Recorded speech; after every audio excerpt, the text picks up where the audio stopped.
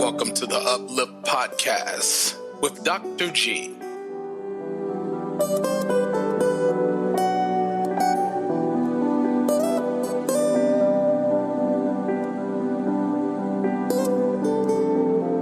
We have here with us in the studio Sara Davis, who is the delegate for the city of Carrollton for the Mrs Texas Pageant. Sara, how are you feeling today? I am feeling great, and thank you so much for inviting me out. I'm really excited for the opportunity to chat with you, excited to represent my city. So it's going to be a great year. Well, we're excited for you, and we can't wait to hear all about. Now, a lot of listeners out there are saying, what is the Mrs. MRS? What is the Mrs. Texas Pageant? Tell us about that. So the Mrs. Texas Pageant is a little bit different from the Miss pageants that you see on television in that the delegates actually compete not with a talent.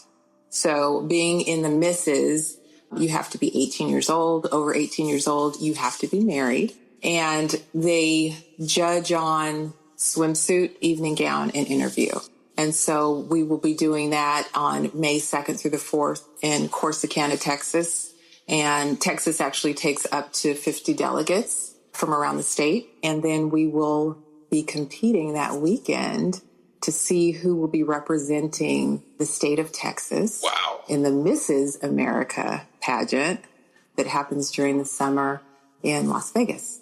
How does one get to become Mrs. Carrollton and then go on? Was there a pageant for Carrollton? There wasn't a pageant for Carrollton. And again, it's a little bit different than the Miss, where you have a lot of young ladies that are vying for those positions to represent their city. And with that, there's often scholarships that can be won. So you get a bigger draw of numbers. But when you start getting up into us older married girls, the numbers drop considerably. So, they're really just looking to open the door for women who are married and who are a little more matured in their journey in life, and give them an opportunity to contribute and represent that demographic. That's awesome. That is awesome. And again, you mentioned, do you have a background in this? What led you to wanting to become Mrs. Texas? What's the background? What led you to it? Okay, I have no background. I have no background in pageantry. I have friends who are pageant competitors, and one Mrs. Texas in the past, Tracy Elliott. She's an amazing woman. So she has won Mrs. Texas, and I have a friend who's always kind of urged me, why don't you run? Because she was running. And I was like, yeah, I'm not really the pageant girl. I grew up as an athlete. And so I really enjoyed running college, and I ran after college. I went back after a 20-year sabbatical and went into the USATF Masters Division and ran. Now I am taking on a new competition. So really what drew me to the pageant was my mother. That was really probably the tipping point. And she is an amazing woman, was an amazing woman because she's passed now. But in 1948, she was the first woman of color to integrate the pageant world in America in Miss Subway. Her name is Thelma Porter. And she's just an incredible person and was very active in her community and had a great group of friends who supported her and really pushed her into the space of pageantry. And she came out shining, and she won. And it was after 1948, then the Miss Subway elected an Asian American and then a Jewish woman. So she really opened the door for women of color to begin to compete in what was originally dominated by the white community. Her last year was the 70th year anniversary of her winning that pageant. And it's time. It's time for me to step in and pay tribute to her legacy. That's awesome. Now, here's the question. What makes you think you can win? What makes me think I can win? Well, you already said it. It's in my genes. That's right. It's in my destiny. Okay. You know what? I am a competitor by nature. Like I said, I'm a track and field junkie and enjoy competing. I have a platform that I'll be running. I am a wellness coach by trade and a public speaker. And I'm very passionate about the health and well-being of women, spirit, soul, and body. And I've been working with women for several years now. And I just believe where we are in our culture and the movement to move women from the background to the foreground, to begin seeing more politicians, to be seeing more doctors, for seeing the women and young girls, I should say, getting into STEM, in the academics. I just really believe that as we begin to merge forward, we've been behind so much over the years. And I think we've gained some perspectives that maybe aren't healthy. We've endured some things. We're on the verge of the Me Too movement, and women are really beginning to come out and speak their truth, take their place, be empowered. And I think the more that we can operate out of the soundness of our mind and healed hearts and really begin to embrace and be self-aware and take our place as healthy women in our society, the greater influence we will have. That's powerful. Yes. And so do you feel that you'll be using your platform to champion those causes? Absolutely. Absolutely. Wholeness and wellness for women, spirit, soul, and body. Wow. I know the inspiration, definitely of your mom, but as a spiritual woman that you are, talk to us about the inspiration from a spiritual perspective. What made you feel that this is something that I have to do, and I feel this almost a call of God to do it? Tell us about that. Well, it actually is, in fact, a call of God, because he was the one that gave me the unction to do it. Because as I said, it wasn't a personal ambition of mine.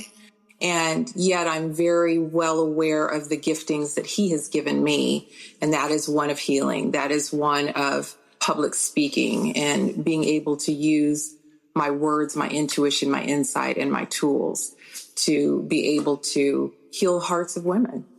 And so when I look at my life in totality, one thing that I really understand is that every gift that I have been given, every talent and every skill that I have been given, even from the side of athletics and competition to public speaking, to having the ability to gain trust quickly so that people feel safe and comfortable to open up and release some of what has ailed them for so many years and brought them to a place of dis-ease in their life, whether that's emotionally, physically, or spiritually.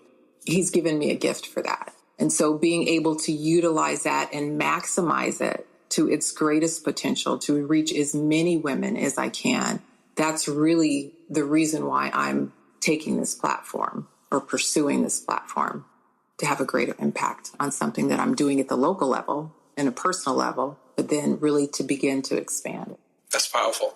That's very, very powerful. Yes. Are you working in those capacities now? Are you currently mentoring and doing things like that now? Absolutely. As a wellness coach, I run small groups of women and take them through 3 or 6 month programs that have been really effective. And then my husband and I have an organization called the Winners Organization, and we've had that now for about 25 years.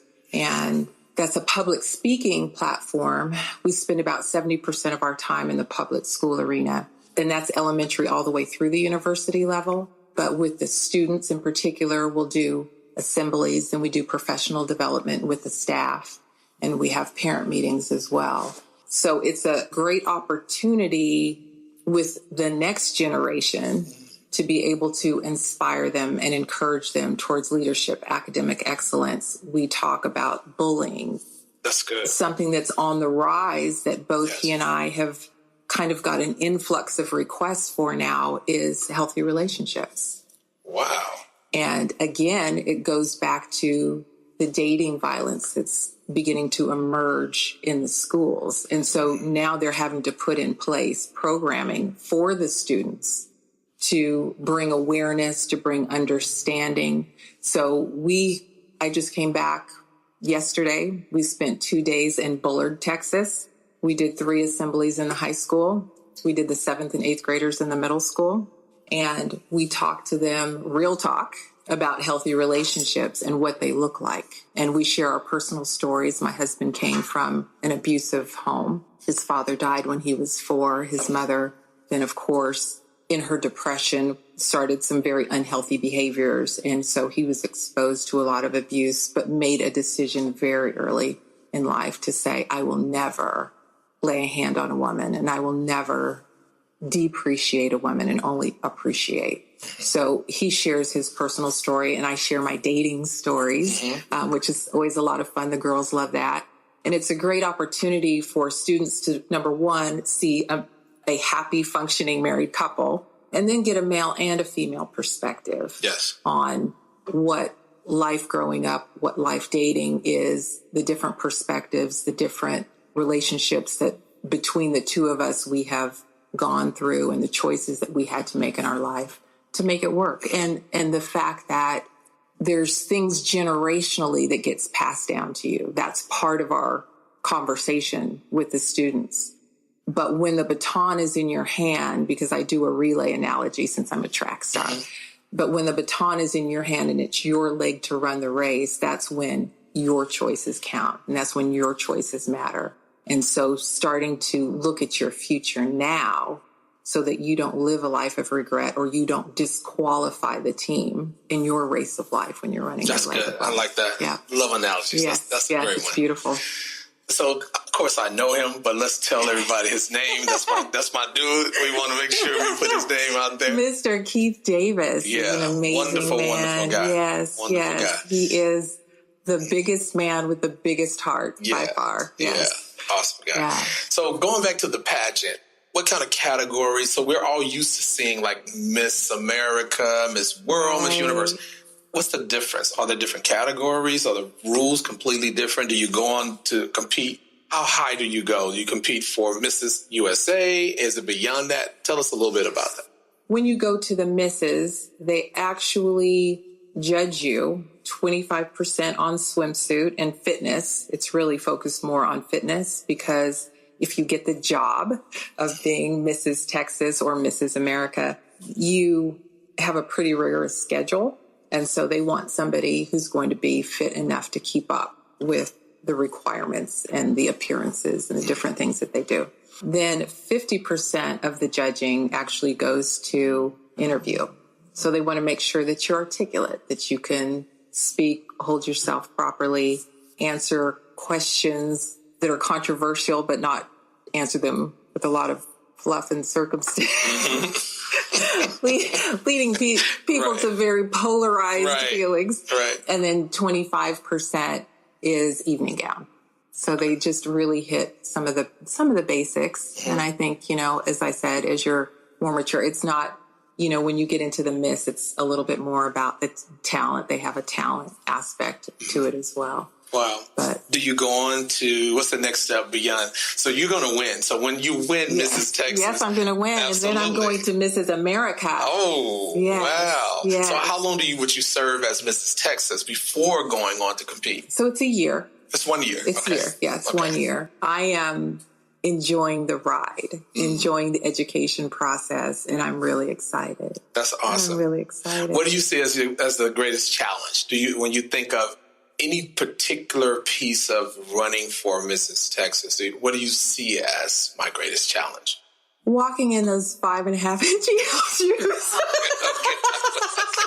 Well, can't help you there. That's all I can.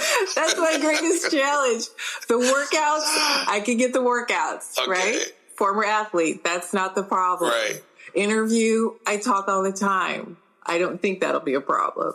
I can polish up really good in a nice formal, and I'm good in 3-inch heels, but those extra 2 inches, I've been walking around the house quite a bit in my high heels. In the high heels. Yes. So that is a requirement. It has to be the same 5-inch heels. Well, they say, 3.5 to 5 inch. And so I'm going for the gusto. If at any point they say 3.5 is good, I'm so there. Okay. Got you. So there. That is hilarious. Well, I think people will be interested to hear about your background as an athlete. because you faced challenge and coming back. I think that's a great story. Right, it is. Of leaving and coming back. So you've already had a time in your life where you went against the odds and you succeeded. Tell us just a little bit about that. Well, it's interesting because when I was in high school, I was one of the top sprinters going into college. I placed third in the 200 and fourth in the state meet, fourth in the 100 meters. I was recruited by a very famous coach, actually, Bob Kersey. So if you know Jackie Joyner Kersey, they were not married when he recruited me. And Jackie was actually a senior at UCLA when I was a freshman. Wow. Yeah, it's my neighbor. We grew up together on the same street. Oh, great. Graduated the same year. Really? Yeah. Okay, that's exciting. Jackie. And so I ran there. The first 2 years was very difficult. I think just immature, not really understanding what it took to compete at the collegiate level and having to really get my mind right, and both on the track and in the classroom. And that's another story I share in the high schools, when I'm sharing, the process of becoming can be very difficult. But if you stay the course and you stay committed to the dream, everything will work itself out. And so my last 2 years were much better. I became an All-American in the 4x1 relay. And so leaving college, going into college, of course, I had these dreams. I was going to be an Olympic runner. Then I woke up and I said, this is really difficult. So I ended my collegiate career successful in that I did become an All-American athlete. I got married right after college, and then we moved to Texas. It wasn't something that I pursued and felt like running was something I wanted to dedicate my entire life to. But there was a little thing in the back of my head that said, man, I really wish I would have ranked nationally in an individual event. So I go on, I get married. I'm married for about 20 years. I have 2 kids. And I decided one day that I was going to go and get that dream that was sitting in the back of my head. So I dusted off my spikes. I found myself a coach and started running again at the ripe old age of 38. And that was a really exciting journey back, because my mind was already there. So I just had to get my body there. And over the course of the 3 years, 38, 39, and 40, I was able to rank nationally second. I came in, got a silver medal. Wow. In the 100, the 200, and the 400. The 400 time actually ranked me 9th in the world. And that's in USA track and field, the masters division. So the masters division is basically once you're over 30 years old, then everyone around the country begins to compete in 5-year increments. So I'm running against 35 to 39-year-olds and 40 to 45-year-olds. That's how that works. Wow. And that for me was a very important time. And we also got the gold medal in the 4x1. Okay. All right. That's fine. Don't forget you can't forget the gold, the team gold. But it was a very interesting process for me to go back as a mature woman and gain the same level of competition and come out and run with a different presence of mind and a different confidence in my body, even to have a different conversation when the gun goes off, to be able to really be able to calculate and tell my body what to do and not panic. Where I think when I was younger and I was placed onto an amazing team, because at the time when I was running in college, I was running with Olympic champions. I was running with Jackie Joyner Kersey. I was running with FloJo. I was running with Gail Devers. So these were my teammates. So you kind of get in where you fit in. And even though I was very talented, like I said, I don't think I was mature enough to really embrace the experience the way I could have and should have. Yeah. So going back, it was a very measured process for me. And of course, there were a lot more little pieces because a 38-year-old body versus an 18-year-old body. Oh, yeah. So I had massage therapists and chiropractors. I had the whole kit and caboodle, just to build a team. Right. And so, which is interesting because even in this pageant process, it's about building a team of success, a team around me that can coach me in the areas that I do need to be coached in, because I'm not a pageant girl. So I have friends that are saying, these are the shoes you need to wear. Let's get together. I'll show you how to do the walk, the proper walk, and the different stances, right? Wow. A team that will help me even with the marketing and the social media pieces. So there's all of these little pieces, just like in running track, where if I can build a success team around me, then I know I can come out of the blocks strong on May 2nd and really run with confidence and the presence of mind as a mature woman, even though it's my first time. You will. It's going to be amazing. Are there any people that you want to just shout out now that's a part of that team you just talked about that's just really been inspirational for you? Oh, wow. Can I shout out everybody on the team? Anyone you want. Take your time. Well, first, let me give a shout out to my husband, who I'm already claiming is Mr. Texas. Okay. I'm going to start. The next time I see him, I'm going to call him that. What's up, Mr. Texas? Please do. Because when I revealed to him that this was something I could do, you never know, because it's a commitment and it changes everybody's life in the house, right? Yeah. So I was like, honey, I think I'm going to be running for Mrs. Texas. He gets a little quiet and he looks at me and he says, you know what that makes me? He said, that makes me Mr. Texas. So, I can see him saying I know. So he's just a hoot. And so he is my biggest support. He is my rock. And he's always there to encourage me. He's always there with a fitting word in due season. He's always there praying in the middle of the night when I'm sleeping and just saying, I got you, babe. So he's my head coach. If I had to say I had a head coach, he's my head coach, right? That's awesome. Whew. And then I've got Darazette Banks, who is a very close friend and a spiritual big sister to me. And she's been running in pageants for several years. And she's the one that has been trying to, come on, but she's been great and really the main voice in terms of the pageantry side that is going to be supporting me. And I've reached out to Tracy Elliott. I sent her a text. I said, hey, next time you come back in town, I need your help. I need your expertise, because I believe in learning from champions. And she's already won. She's already won it. But I have to say as well, I have my pastor of 29 years, Pastor Kathy Hayes, who when I shared with her, she was like, you'll win. I believe in you. What can I do? Wow. And for the next 20 minutes, she just began to speak life and speak about how proud she was of me and how much we need women to speak up, women of influence, women of color and character. And so she was really excited for the platform and the opportunity. And she was just, whatever it is you need me to do, I will do for you, or I will assemble the team to do for you. So that's been huge. And then I've got, of course, your amazing wife. Yes. Your amazing wife, who is connecting me in a lot of different ways, who's a brilliant dentist. Can I tell you about your wife? Because I wouldn't sit in a dentist chair for a really long time. I'm a white knuckle, sit in the chair.